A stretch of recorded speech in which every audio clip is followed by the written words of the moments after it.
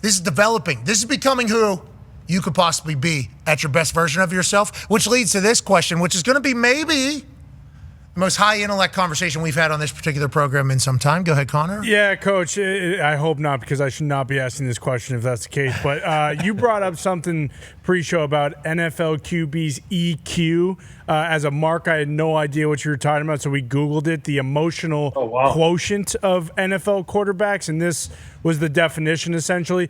What do you mean by NFL QB's EQ? How can you actually measure something like this? And then when you think about the quarterbacks who have been in first-year offenses like Danny Dimes, Drake May with McDaniels, Sam Darnold in Seattle. I mean, you could even go to J.J. McCarthy because it was his first time really playing in that offense. How do you kind of judge that EQ? And for those guys who are first years in those offenses, does that kind of mean they have a high NFL QB EQ just because of the fact that they're having immediate success? Or how do you judge something like that?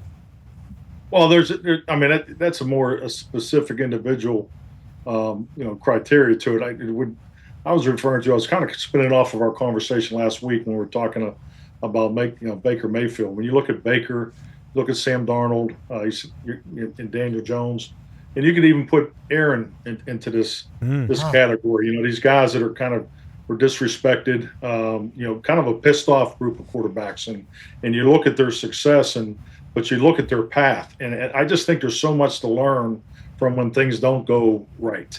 There's so much value in that, because it gives you a heightened awareness. It gives you, it heightens your anticipation ability, conflict resolution. You definitely learn to deal with that, handling success when it comes off of that. So now you don't get too high.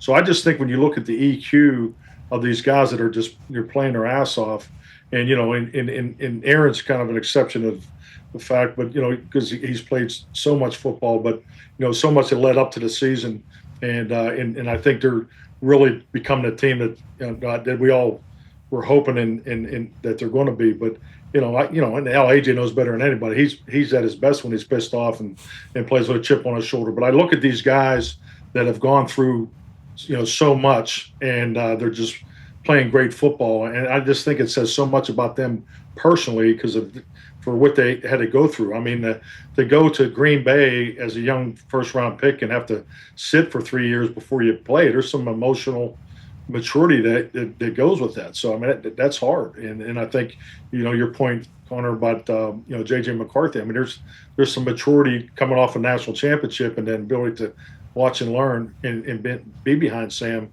and now it's your time. So I just think the EQ, because, there's so much that goes into the evaluation of every NFL player, and the mental breakdown, the physical breakdown, the video studies and this and everything.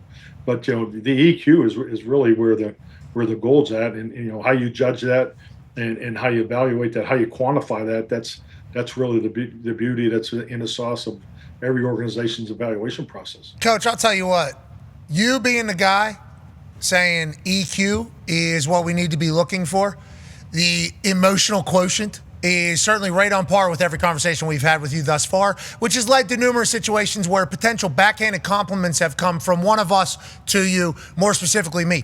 You bringing up the emotional quotient being one of the most important things of a quarterback. If we can put the graphic back up, please. This is literally exactly what you need in a leader of an organization. This is what, whenever you're going through the draft process, we should be trying to figure out the EQ of every one of the guys that are going to be put in positions of leadership. Self-awareness. AJ, how often have we talked about that being the most important thing in anything? Every single day, about every aspect of your life, not even just sports. You talk about be who you can afford to be. That is strictly from self-awareness, and that is not just in football. That's in any leadership position or just in life. Self-awareness, understanding the situation, who you're allowed to be, who you're not allowed to be in this particular situation. Self-regulation, obviously, that's discipline. We would like to know the discipline of the people that are going to be having the leader. Social awareness, obviously, how they interact with their team, how they interact with the media, how they interact with marketing, even if you get it, how they interact with everything is a massive ordeal. And then relationship management. management, I've never seen something that leaders have to have at a high level just described so perfectly. I mean, the emotional quotient, whenever we're talking about, hey, how do you know the right guys to draft at the position? You know, we all know they can run, and we all know they can. It seems like the EQ, as Coach Mike McCarthy's saying here, is what we've been looking for this entire time. So I'd like to tell you, Coach, thank you for introducing that into my life, and also thank you for letting us behind the scenes a little bit on what goes into being a great leader, a quarterback. It is the EQ is what we're looking to do.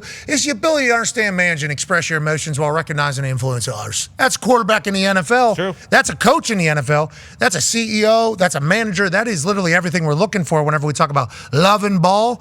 Who's also committed? It's the EQ level, Coach. Yeah, Coach, to Pat's point right there about managing, is this something that GMs have to have a very, very high, not tolerance, but awareness of? Just because, Andy Reid came on and he talked about how Brett Veach would tell him, his read on a player, and then that read would be correct, and that's kind of how he rose through the ranks. Is that something that GMs have to have when they're evaluating players then? I mean, let's be honest, your whole leadership hierarchy has to have it. And obviously when it's coordinated and it fits together, then now you're working at such a different level. But yes, I think clearly from ownership to president to GM to head coach, I think, all that involved. Because there's nothing worse as a leader finding out after the fact. And I would say that if I said it once in a staff meeting, I said it 1,000 times. I don't need to be the first guy to know when AJ skips his workout in the morning, which he never did. But I don't need to be the first guy to know, but I can't be the last guy to know. Yeah. You can't. It's having the awareness to make sure that everything we ask the players to do, everything we ask each other to do, everything we ask the support staff to do, it's done for a reason. We don't just do things because this is the way so-and-so did it back in the 60s. So, I mean, have a purpose for everything you do, but it has to be done, because if it's not done, then now the credibility starts to go away. Then the culture starts to erode and things like that. So have a reason for why you do it, but you got to have people that buy into the structure, understand where the walls and the boundaries of the structure are, and just adhere to it. And I just think common sense goes such a long way in that journey. And as for all of us, if you can take the emotion out of the tough moments and learn from it, I think it gives you a such higher opportunity for success. Yes. Hell yeah, Coach. Yeah. That's some good spoken word right Sometimes common sense isn't common sense, though, right? In there situations, Coach, where well, I assumed that was common sense, and that's not always the case. Some people don't have a whole lot of common sense. I couldn't even imagine. How do you handle I that? think that's a great point, AJ. No, I think that's where continuing education comes in. Common sense to me is definitely going to be maybe not be the same as a 24-year-old too. So that's my responsibility. You have clear communication, clarity what's expected, and I go back to not having 9,000 roles. We used to hand out that we'd have that fine schedule every year that you had to put up in front of the team. I mean, it's how can you just make it bring it all together? And that's where I always felt this. We had one rule, no disrespect. No disrespect. Covers everything. Yeah, it covers everything. So I mean, I love being late for a meeting. Yeah, I mean, if you put a ton of energy into a 10-minute presentation that you're putting together for the team, and then you got guys who are going to walk in late, I mean, that's disrespectful. So I mean, in my view, so I just think in just giving clarity and understanding, the group dynamics it's an unbelievable journey to have to go into a situation each year, try to build a team that's going to now navigate and grind through a 17-game season, and then you got to really go play the real games and playoff football. I mean, there's nothing like it. There's nothing like it. So I just think keeping it consistent, concise, and clear, it just goes a long way. You're a weapon, dude. You're an absolute weapon. We're very thankful you come on this show. Hearing a Pittsburgh guy talk about leadership it hits even more home, I think, for me. But you've been phenomenal, brother. Like you're just breaking down your entire culture and how you build it and why you build it and what you're looking for out of people that work for you. Like, hey, you need to buy in here, okay? You're either buying in or you're getting the hell out. Those conversations also not the easiest.